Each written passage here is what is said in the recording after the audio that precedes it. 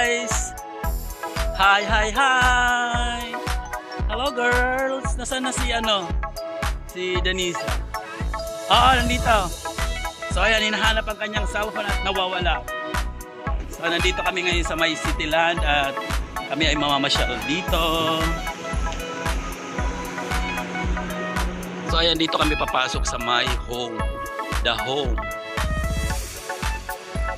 So ito yung entrance dito sa likod. Isang shop to rito sa loob ng Cityland. At mamaya pupunta tayo dun sa may labas. Wow! Ang ganda!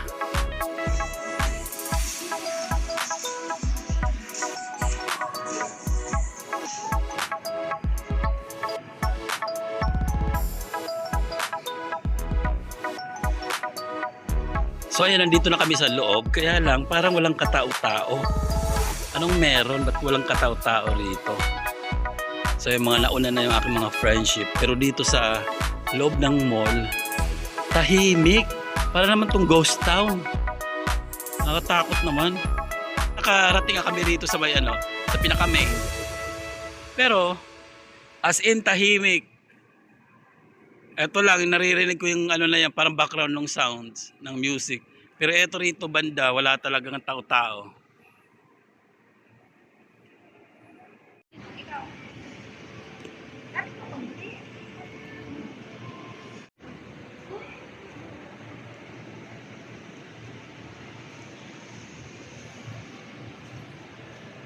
Ang ganda, no?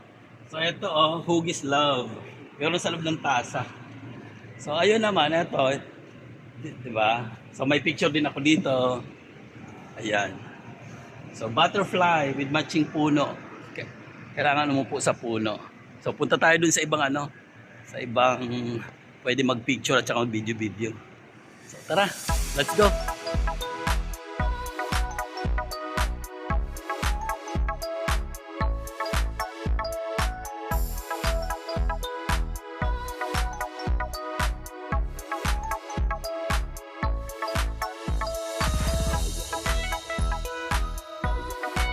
So ito robot, ang ganda Tara dito tayo. Yan. Parang sasakay rito kaya lang hindi tayo baka mamaya biglang kumandar to si robot. Sabi ko na nga, Barbie. Labas kami at titingnan namin dito kung ano ang meron dito sa Cityland. So outdoor tayo, ang problema nga lang kasi kainitan. Pero tara, let's go. Eto na. So ayan. So eto siya. Wow. Ang ganda ng view. Lovely. Yun nga lang ang tanong, walang madlang people. Ganda. Ayan guys, nandito na nga kami sa labas at ang ganda ng kanilang mga tanawin dito. Wow! Para kang, ba to, nasa tayo? Nasa, para mga palasyo na iba-ibang kulay. Or townhouse? Oh, diba? Dahil dyan, si Inday ay, sige na Day, magpa ka muna dyan. Tayo rito sa dulo. So, same pa rin, pero yung mga nila kulay pa iba-iba. Eto, so yan yung kulay niya. Ang ganda, no? Ang ganda. Eto pa, So, para siyang mga square lang, pero ang ganda ng pagka-design ng mga bahay. So, actually, hindi naman to bahay kasi mall to. So, yung nasa labas, so ganyan ang design niya. So, parang bahay style. So dito naman sa exclusive lang sa atin to. di ba? Walang katao-tao, exclusive lang talaga para sa atin to. Aywan ko anong nangyari, bakit walang tao rito kaganda-ganda. Kaya dahil diyan sila ay pupusing-pusing. Pusing-pusing sila Inday. Grabe ang nakapaganda rin dito kasi yung kulay ng mga nung bahay. So pag tiningnan mo talaga, akala mo mga bahay. Ayan, di ba? Ayan, bahay. So bahay na ibang kulay para medyo ito. Yan. Ito dilaw. So ito parang orange na iba ang pagkakulay niya. So pero ang loob niyan is mall. Mall talaga yan. Parang design niya lang, may design lang na parang bahay sa labas. So ito entrance. Pero ang nakakapagtaka nga lang talaga, walang tao. Malaking katanungan, walang tao. Kasi ito kasi ay malapit po sa dito sa may Global Village. So may kalayuan na talaga to rito. Tapos itong Global Village ngayon ay sarado. So isa rin siguro naka-apekto rito dahil nga ang Global Village is sarado kasi nga ngayon ay summer. So mainit talaga dito sa labas. So naglilimahid talaga kami ngayon sa pawis.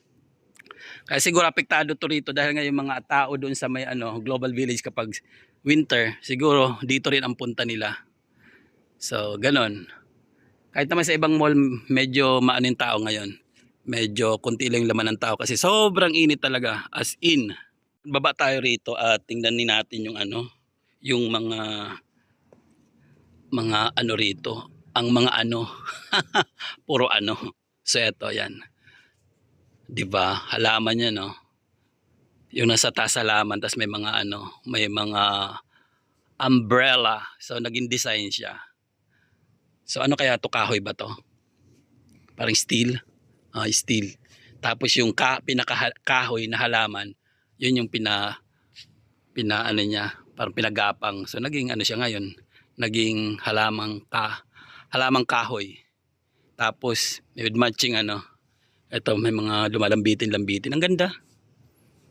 Tapos ang nakapaganda rin sa kanya kasi nga yung kulay. Yung kulay, yung niya, yung ilaw. Dahil nga mainit ngayon at humid. So eto na, nagsisimula na ang pawis ko. So hindi lang ako, pati sila mga na ngayon, naglilimahid na sa pawis. So ang kagandahan dito, iba-iba ang kulay ng bulaklak nila. Ayan bulaklak. Bulaklak pa talaga, parang mali yata. Yung payong, ibig sabihin ko. Ayan. So eto, same lang dito, pero eto ngayon, puntahan natin to rito. Eto naman ay violet. Violet, di ba? Ganda, di ba? So ayan, ang ganda rito. So mayroon pa ritong to? Eto. So anong nilalang to? Yan. 'Di ba? So pwede ring umupo rito at magpa picture. 'Di ba? So yun, naglilimahid na ako sa pawis ngayon, Kasi nga talagang humid talaga. So ayan, ganito rin dito. Pababa ng pababa siya, tapos puro halaman. Puro, ito siguro, ewan ko anong klaseng to, parang kala mo anahaw eh. Yan. Para siyang anahaw. Eto. Para siyang anahaw. Yan, ang kagandahan talaga dito kung maraming tao. Kasi parang rito, perfect dito para sa mga Valentine's Day or kahit picnic na lang, pwede na rito. Ang ganda. Guys, nandito na tayo sa parang pangatlong baba na natin to. Ang ganda, as in talaga. Perfect talaga sa mga magde-date kasi nga medyo tahimik. So ayan, may pusa ba ito? Tahimik ang kanyang paligid at dito maririnig mo yung agos nung tubig. So mayroon siyang parang mayroon siyang fountain. Ayan, may falls. So ayan. So may tulay. Ayan. So ayan mga madlang people Simula friendship. So ayan. Nagkita-kita simula kanina doon sa may taas pababa hanggang dito. Mga flamengo. Yes. Mag-picture na kayo diyan. So ako naman nandito. Ayan, ang ganda. 'Di ba perfect na perfect talaga kung mayroon kayong mga ka-date. So dito pwedeng umupo. May mga ka-date. Ewan ko lang kung i-allowed nila rito ang picnic. So siguro simpleng picnic lang. Konting pagkain. Wag lang magkakalat syempre. Ayan, baba naman tayo. Pang ilang baba na tayo ngayon? Siguro pangatlo or pang-apat na ngayon. So lapitan natin yung waterfalls. So ito naman yung tubig galing doon sa waterfalls. So akyat tayo daan tayo rito sa may tulay. Wow, may tulay-tulay sila. Diba? Napaka-romantic nung place. So ayan, naririnig na natin yung yung bagsak ng tubig galing dito sa waterfalls. Yes, eto na siya. Perfect.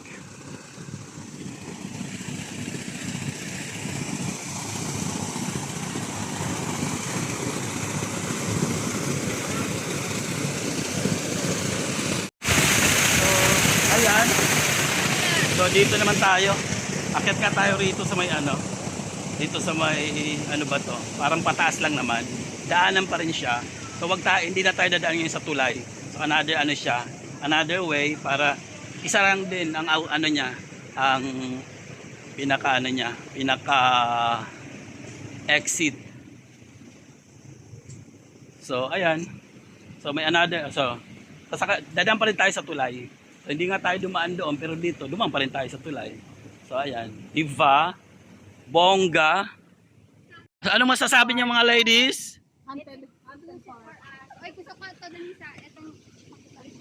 Oh, layas muna tayo at sila. Diba? Para sawalan lang namin, parang ginagawa namin joke kasi nga, walang tao. So, ayun, kami-kami lang talaga, exclusive talaga for us. So, special talaga para sa amin, sa aming tatlo kasi nga walang tao. Yung nga dahilan siguro dahil nga sarado ang Global Village, konektado siya. So yung Global Village kasi is maraming tao talaga noon, talagang sobra talagang dami ng tao. Ngayon apektado ito kasi nga kapag ang Global Village ay nagsara, so walang pupunta rito kasi malapit lang to sa Global Village At saka summer talaga ngayon, humid pa naglilimahid talaga ako, ayan yung pawis. Kaya mamaya pagpasok dun sa sa mall, talagang kailangan punas talaga kaagad. Ganito dito pag mataas ang humidity talaga yung tubig sa katawan, magsisilabasan talaga. Mahirap na mamaya basa na tapos papasok sa mall kasi nga ang ang lamig sa mall tapos basang-basa. Basa-basa yung katawan, ng hirap. Baka magkaano tayo yung munyan nito. Guys, hindi ko na kera yung pawis. Ay grabe. Talagang eto na nga basang-basa na, kaya papasok na muna ako rito. Mauuna na ako sa kanila. So tatawag na lang yan sila mamaya pag nawala na sila sa paningin ko.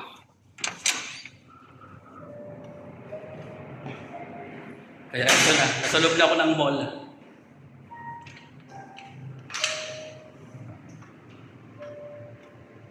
Ay, salamat. Ay, Diyos ko po. Oh, init! Grabe. Ano ng truck na to? O, diba? So, pasok na tayo rito. Hindi tayo daan sa kabila.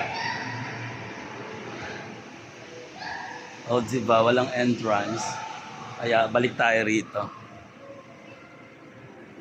Isang truck. So, siguro to? Food truck. O, diba? Sa loob. Dito lang tayo kakain sa So, ayan guys. Kami ay aalis na, lalabas na kami. Tapos na kami dito sa may Cityland, Maggala. Tapos na rin mag-picture-picture, kaya balik na kami. At sobrang init talaga. Ngayon, punta naman kami ng City Center. Yes, upload na, kain pa. Dahil majutom-jutom na. So doon na lang kami mag-i-snack sa City Center. So doon lang tayo magkita-kita. See ya!